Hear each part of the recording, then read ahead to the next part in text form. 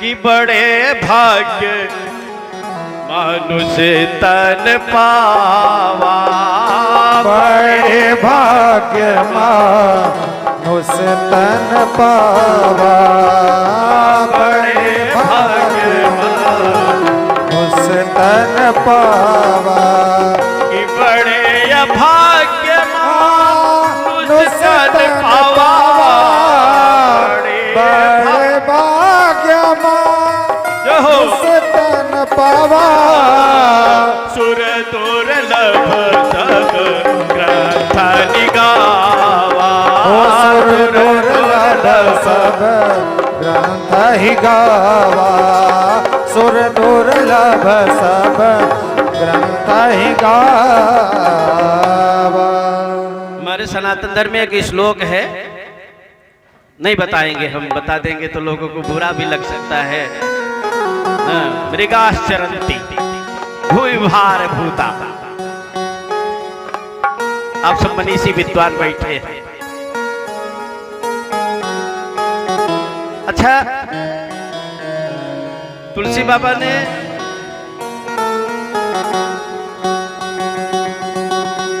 एक चौपाई लिखी और चौपाई में आप सब स्वयं विद्वान मनीषी बैठे हैं। दिकौल काम बस कृपीन विमूढ़ा, कौल काम बस प्रकृति विमूढ़ा, काम बस प्रकृति विमूढ़ा।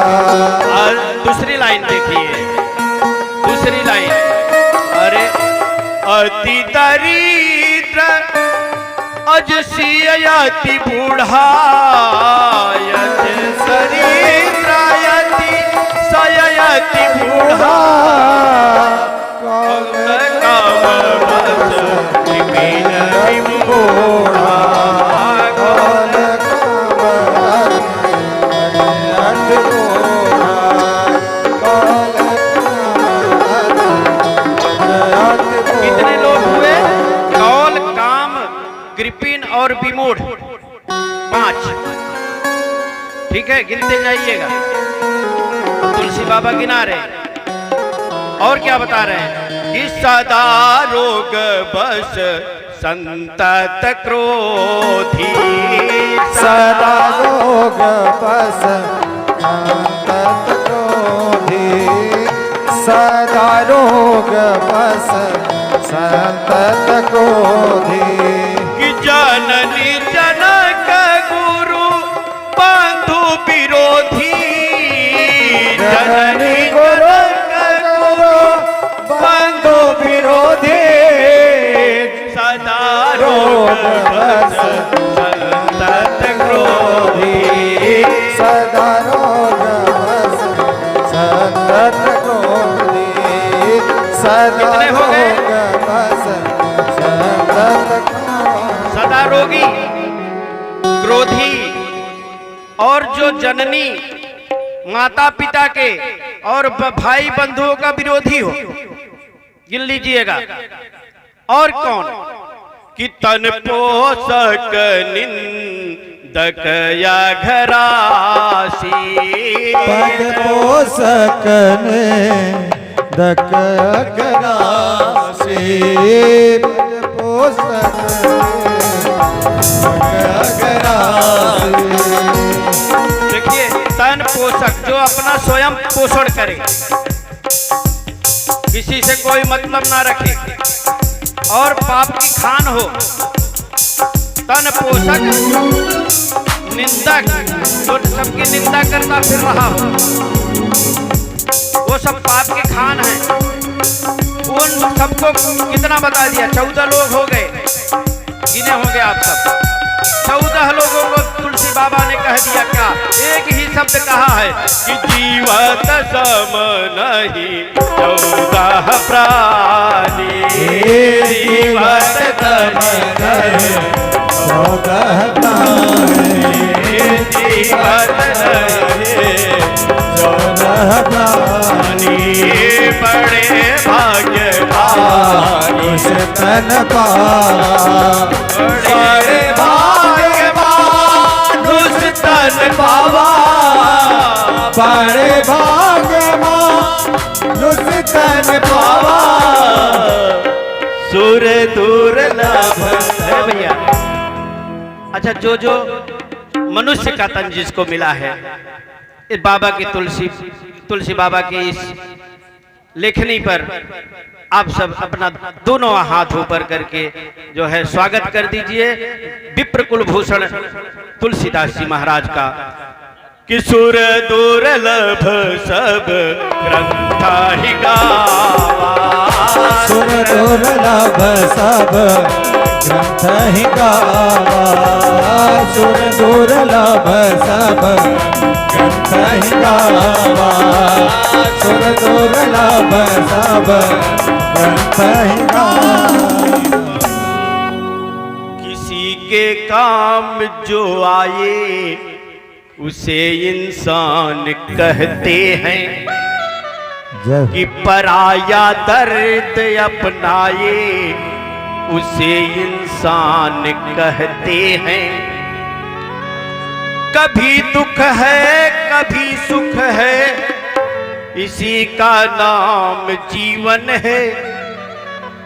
कभी दुख कभी सुख, पराया कि मुश्किल से न घबराए उसे इंसान कहते हैं। मुसीबत से न घबराए। कुछ लोगों को ये राम कथा मुसीबत लग रही होगी, सोचते होंगे इस कान पे बज रहा है, लेकिन नहीं बदलापुर खुर्दवासियों, ये कथा आपका देश विदेश में भी देखा जा रहा है यूट्यूब चैनल के माध्यम से, फैंस ऑफ जौनपुर की तरफ से। एक बार उनके लिए भी आप सब जोरदार तालियों से स्वागत कर दीजिए राहुल प्रजापति जी के लिए।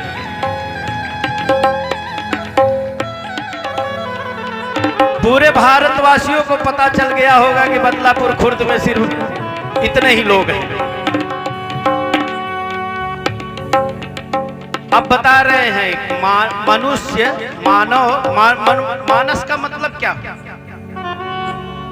देखिए, जो मानस है वही मानस में आएगा, वही मानस से जुड़ेगा। मानस का अर्थ होता है म से मर्यादा, अ से आदर्श जो मात्रा लगी है, न से नम्रता और स से संस्कार।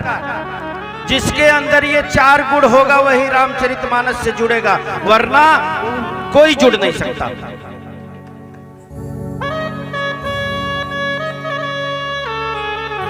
ब्रह्मा जी के पास पहुंचे, जितने प्राणी थे बोले बाबा ये आपने बहुत गलत लिख दिया, क्या हम भाग्यशाली नहीं हैं कि हमको गाय का तन मिला, हमको भैंस का तन मिला, हमको लीलगाह का तन मिला, हमको सांप का तन मिला, हमको पेड़ वृक्ष का तन मिला, हम भाग्यशाली नहीं हैं। आपने लिख दिया सिर्फ मनुष्य ही भाग्यशाली। अरे मनुष्य देता क्या है किसी को? अच्छा बताइए, प्रेम से ईमानदारी से बताइएगा कि मनुष्य किसी के काम आता है? मानव किसी के काम आया है? नहीं आया। लेकिन एक गाय मैया को देखो, उनका दूध भी दूसरे के लिए, दही भी दूसरे के लिए, मथ दिया तो मक्खन भी दूसरे के लिए, यहां तक कि चमड़ा भी दूसरे के लिए, हड्डी मांस भी दूसरे के लिए,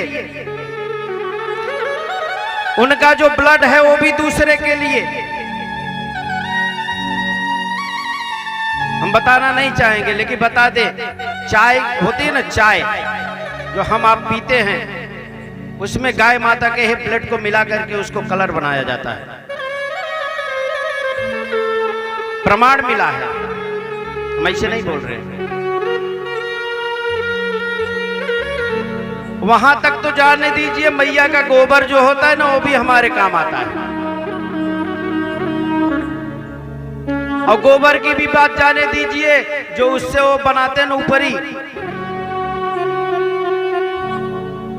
वह भी हमारे काम आता है। बढ़िया उसको जला लेते हैं हम, जैसे साधु संत जो है उसमें बत्ती लगा के पा लेते हैं। अरे वहां तक बात जाने दीजिए, जो रखिया बजती है ना मैया, उससे हम बर्तन भी मांज लेते हैं। इतनी बड़ी काम की चीज है। प्रेम से बोलिए गाय माता की जय हो। अब बताइए, गाय माता भाग्यशाली है कि हम नहीं है ना? और बाबा ने लिख दिया कि मनुष्य जो है वह भाग्यशाली है, लेकिन नहीं।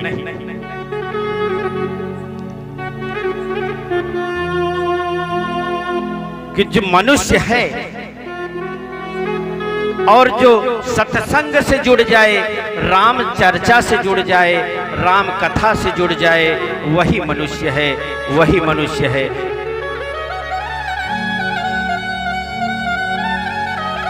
जिनकी 9 माताएं हों। प्रथमं शैलपुत्री च, द्वितीयं ब्रह्मचारिणी, तृतीयं चंद्रघंटेति, कुसुमांडेति, चतुर्थकं पंचमं स्कंधमातेति, षष्ठं कात्यायनीति च, सप्तमं कालरात्रि, महागौरी चाष्टमम्। यही 9 माताएं हैं। और अंतिम माता कौन है? कि नवम सिद्धिदात्री च नवदुर्गा प्रकीर्तिता। प्रथमं शैलपुत्री च, द्वितीयं ब्रह्मचारी, तृतीयं चंद्रघंटेति, कुसुमांडेति, चतुर्थकं पंचमं स्कंधमातेति, षष्ठं कात्यायनी च, सप्तमं कालरात्रि। 9 माताएं जिसकी हो, मानव जिनकी 9 माँ हो। विश्लेषण करने जाएंगे तो 7 दिन की कथा है। एक दिन तो विश्लेषण में ही चला जाएगा। 7 दिन की कथा है। अभी हम शुरुआत भी नहीं कर पाए हैं, क्योंकि कथा तो बहुत है। हम 7 जन्मों तक अगर कथा गाएं न, तो राम जी की कथा नहीं गा सकते। 7 दिन की बात ही जाने दीजिए। हमारे परम पूज्य गुरुदेव भगवान रामानुजाचार्य जी अयोध्या की धरती पे थे। उन्होंने शुरू से एक ही शब्द का विश्लेषण किया, वर्णानामार्थ संघानाम। अब उसमें जो वह अक्षर है ना, वह उसी का विश्लेषण आज तक कर रहे हैं, और आज 80 वर्ष से वो कथा कर रहे हैं, वह से आगे नहीं पहुंच पाए हैं।